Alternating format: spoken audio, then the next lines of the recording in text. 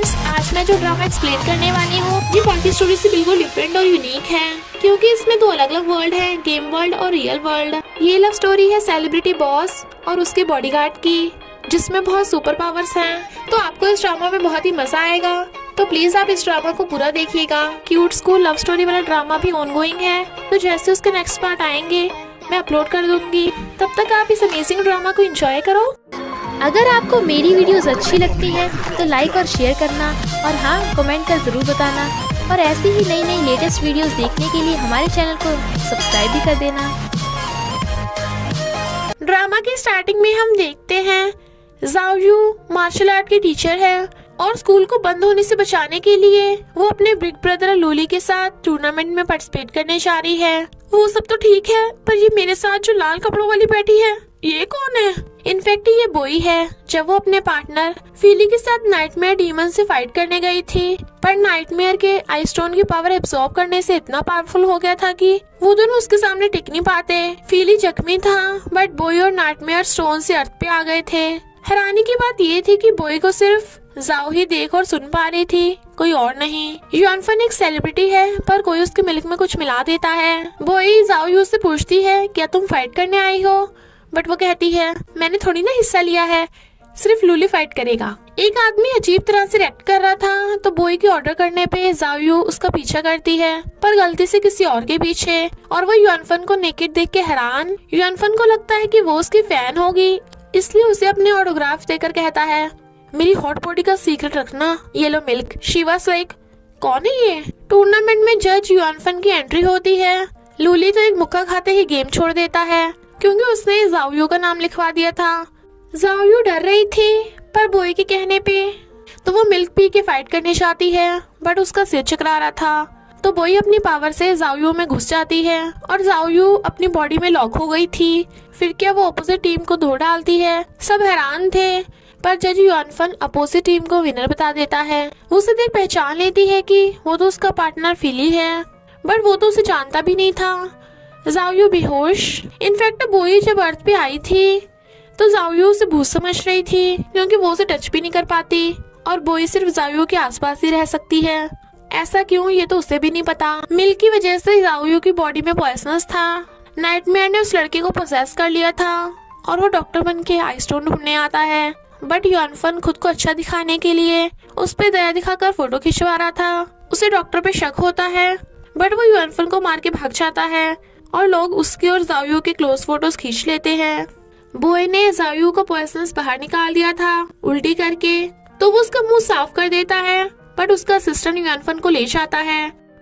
पर बोई को दर्द हो रहा था। उसकी जान बचाने के लिए वो बोई का थैंक यू करती है।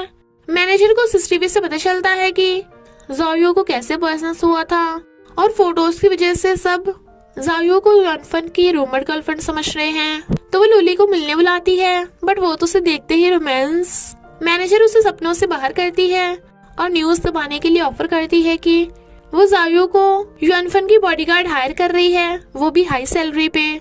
लूली भी हाँ कर देता है, क्योंकि मार्शल स्कूल को चलाने के लिए पैसों की जरूरत थी। मैनेजर जाओ यू को युआनफन के घर लेके आती है। वो हैरान कि इतना बड़ा घर। बोई कहती है तो मुझे उससे बात करने देना। जाओ यू हाँ कर देती है, पर मैनेजर बताती है कि तुम युआनफन के रूम में नहीं जा सकती, और पब्लिक में भी ऐसे बॉडीगार्ड रिएक्ट करना है। जाओ यू तो सॉफ्ट पैड पे मजे ले रही थी, तो युआनफन फोन कर कहता है मुझसे दूर रहना।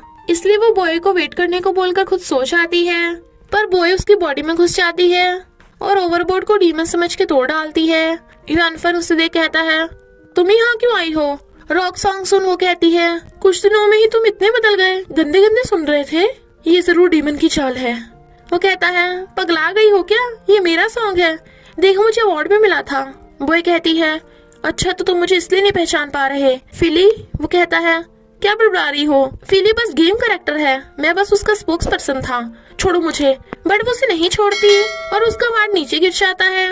वो कहती है अब आ गया याद, मैं बोई हूँ। बट वो उस पर पानी पलट देता है, क्योंकि बेचारा सदमे में था। बोई सैड थी, तो जाओ कहती है वो युआनफन है, फीली थोड़ी ना। तुम गेम कैरेक्टर को रियल क्यों समझ रही हो?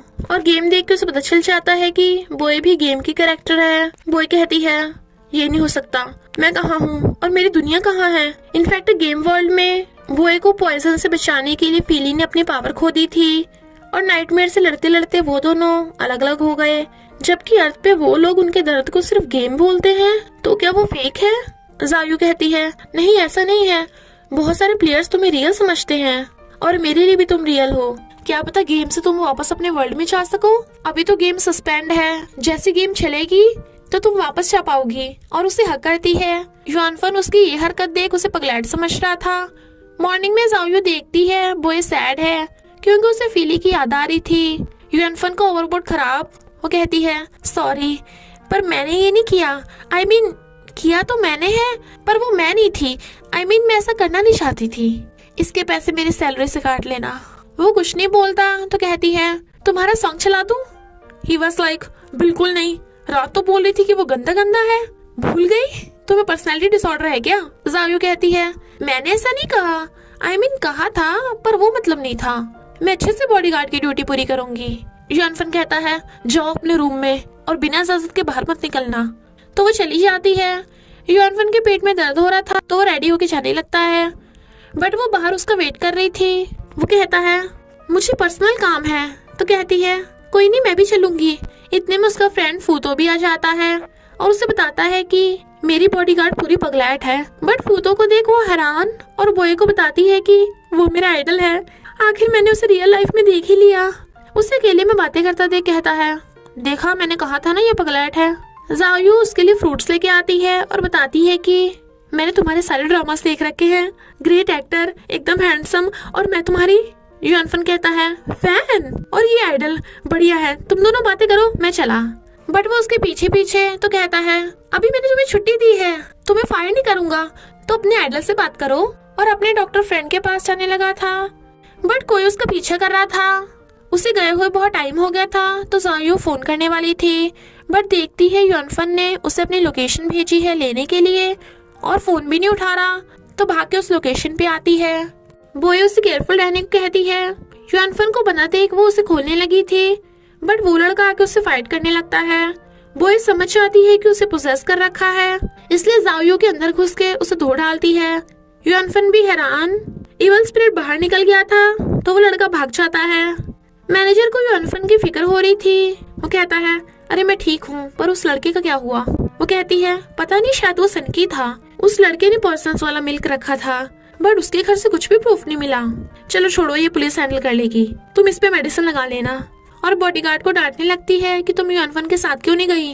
वो कहता है, इसमें इसकी कोई गलती नहीं, इसके भी चोट लगी है, इसके कंधे पे लगी है, जायू दिखाओ। वो कहती है, हाँ पर मैं ठीक हूँ। मैनेजर उसे अपना अच्छे से ख्याल रखने को बोल रही थी ताकि करियर में कोई प्रॉब्लम ना हो, बट वो कहता है, सिस्टर जल्दी घर जाओ वरना लेट सोने से ब्यूटी कम हो जाएगी।